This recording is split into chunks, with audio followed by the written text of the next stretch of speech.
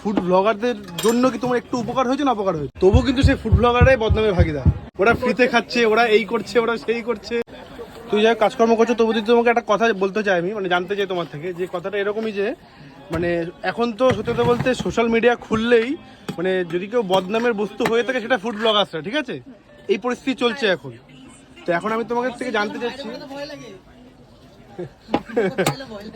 এখন আমি তোমাদের জানতে চাইছি যে ফুড ব্লগারদের জন্য কি তোমার একটু উপকার হয়েছে না অপকার হয়েছে? একটু না ভাই, পুরোটা যেটুকুনি দেখতে পাচ্ছ দেড় মাসের মধ্যে, মানে যখন আমার বেশি ভাইরাল হলো ব্যাপারটা, সবাই যখন বেশি কাস্টমার আসতে শুরু করলো, আচ্ছা, যখন আমার 2 কেজি থেকে আরো বেশি বাড়াতে হলো, তখনের ব্যাপার বলছি।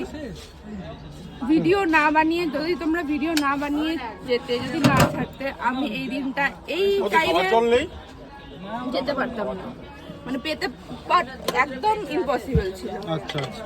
সেটা হয়তো অনেক টাইম লাগবে, কিন্তু অনেক টাইম হলেও এত